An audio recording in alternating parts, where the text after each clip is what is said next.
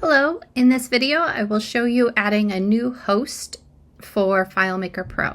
So from your Windows menu, find your FileMaker Pro application. When it opens, you're going to go to the Favorites tab.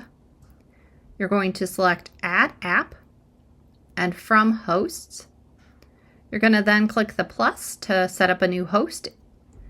You're going to enter your host address. This should be in an email you received or information from Portage-based solution or internally what your host address is. You do want to enter the address your SSL certificate is keyed against if you host your own data file.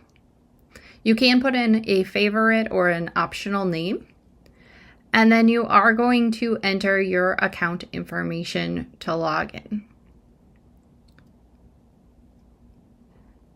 Then you're going to, once you've logged in, you will add that app.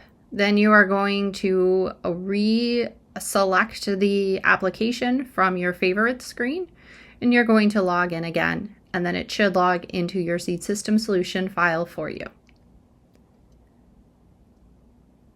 If you host your own file, then you will want to set up a local host, or you can see your files that are in-house on the same network you are.